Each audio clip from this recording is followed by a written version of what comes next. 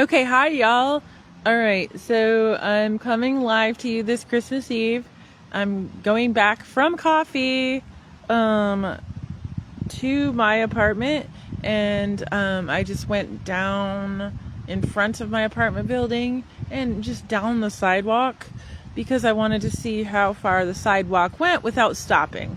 Because if you don't know Tampa, essentially, our right of way, our public right of way, is not guaranteed to have safe, accessible sidewalk anywhere. Basically, the sidewalks frequently just stop, and like you have grass, and then they continue, and that's not accessible to anyone. It's not accessible to moms with strollers, not accessible to disabled people, and it's not accessible to people on bikes. Because it creates a situation where they could get into an accident, right? So I also would like to start documenting these things in real time and pointing them out now that I have a scooter. Just how absolutely inaccessible the world is, even in a community where you could go out biking or go out on your scooter 24 hours a day, 7 days a week. That is a privilege. It's a privilege to live here and to live in a climate that I can do that. But I almost think that winter communities that experience winter maintain their sidewalks a little bit better. And I would like to document in real time at this moment what I'm going through in front of my own apartment building. That's not really accessible, by the way. My own apartment building is not really accessible. I just live here because it's better than Seminole Heights, because that's a historic district and nothing is accessible there. And it was frankly dangerous for me to be on a scooter over there.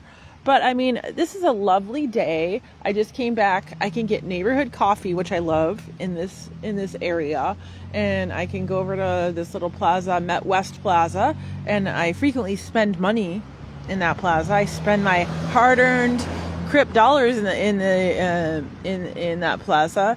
And speaking of Christmas, I did order some things for Christmas dinner from one of the restaurants there, and was treated very poorly. And they also have a lack of knowledge and accessibility, even though I spent quite a bit of money there. So I don't know what it is about here, but I encounter a lot of just social ableism among service staff, and I understand that they're in a situation that they're a low paid wage worker, so it's really not them that I'm mad at. Maybe it's just the structure that I'm mad at. But I mean, if you're going to work at a place, you need to understand accessibility options and not tell somebody that there's no ramp into the building and you don't know what they're talking about because you didn't feel like going to the back door. That's the type of social ableism I encounter on a daily basis. I used to be able to, I think, handle it better when I was walking on crutches because I had more agency. Now that I am reliant on a scooter in public for safety reasons, my agency has been taken away from me, and I'm really, really feeling it. Or I have a different form of agency, and I have to advocate for myself differently.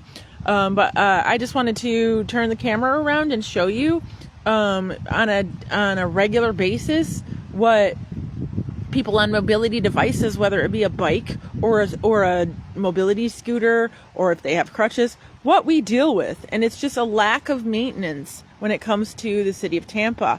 I am absolutely documenting these things so I can speak in front of city council about it eventually, because something has to change. We are a major metropolitan area. We're a vacationing area.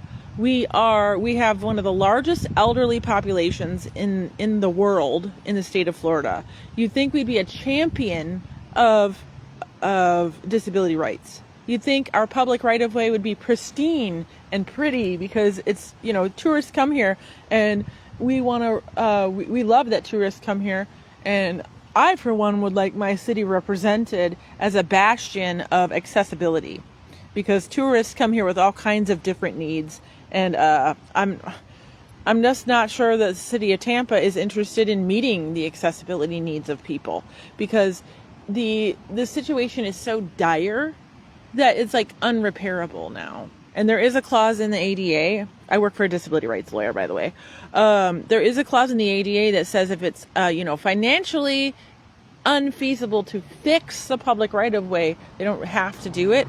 And their own neglect has made the problem so bad that it's all over the city. And anyone that you talk to, I'm talking about able-bodied people that use bikes.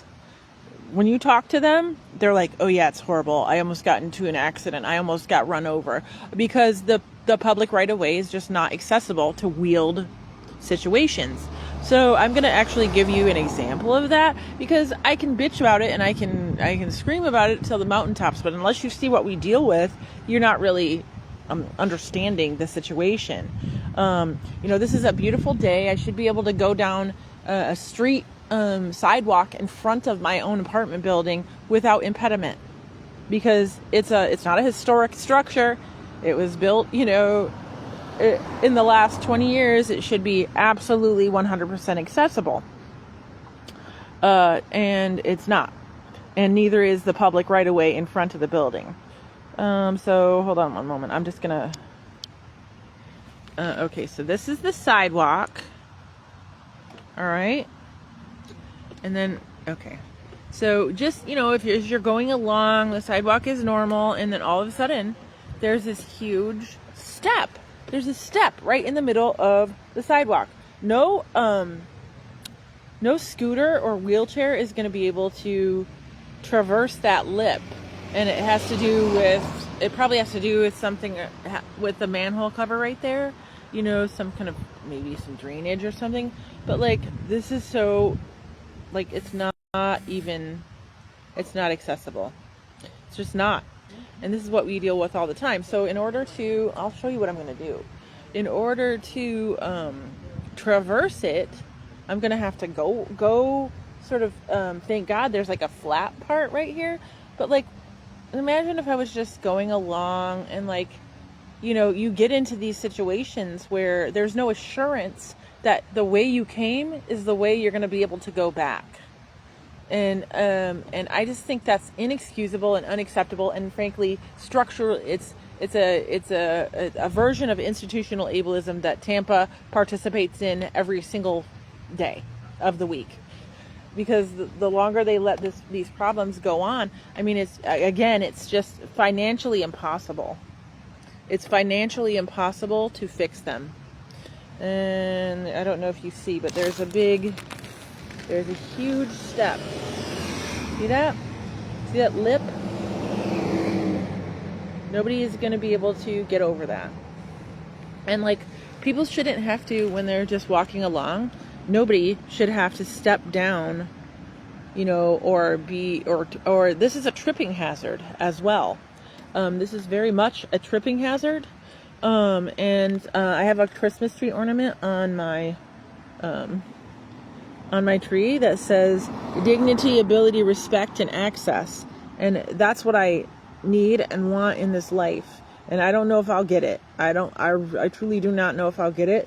But I thought about, I made some of these ornaments a couple of years ago, and I'm going to actually start making them again and probably sell them on my YouTube channel, probably next year.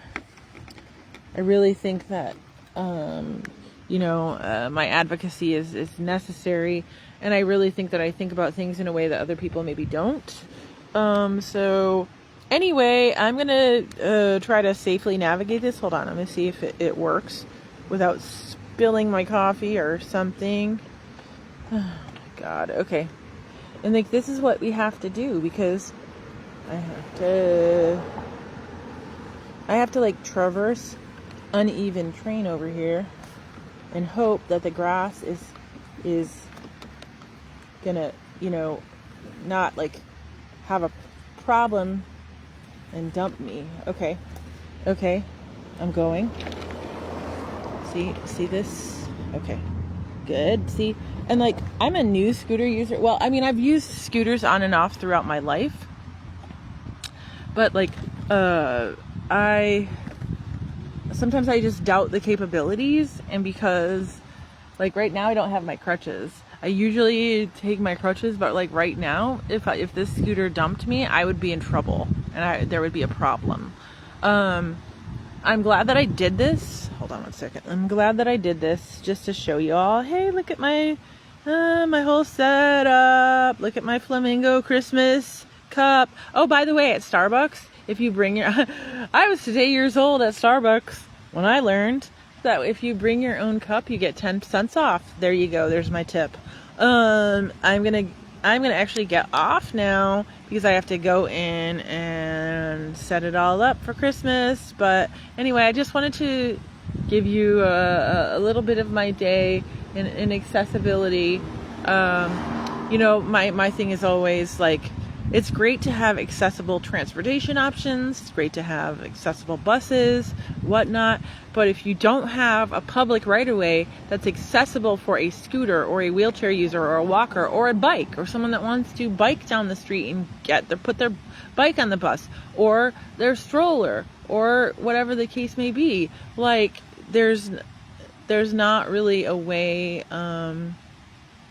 you know, to assure that these things are going to take place safely in Tampa. And I think that's a damn shame. Anyway, Merry Christmas and Happy New Year, Happy Kwanzaa, Happy Hanukkah. And if you don't celebrate, enjoy your days off. Talk to you later.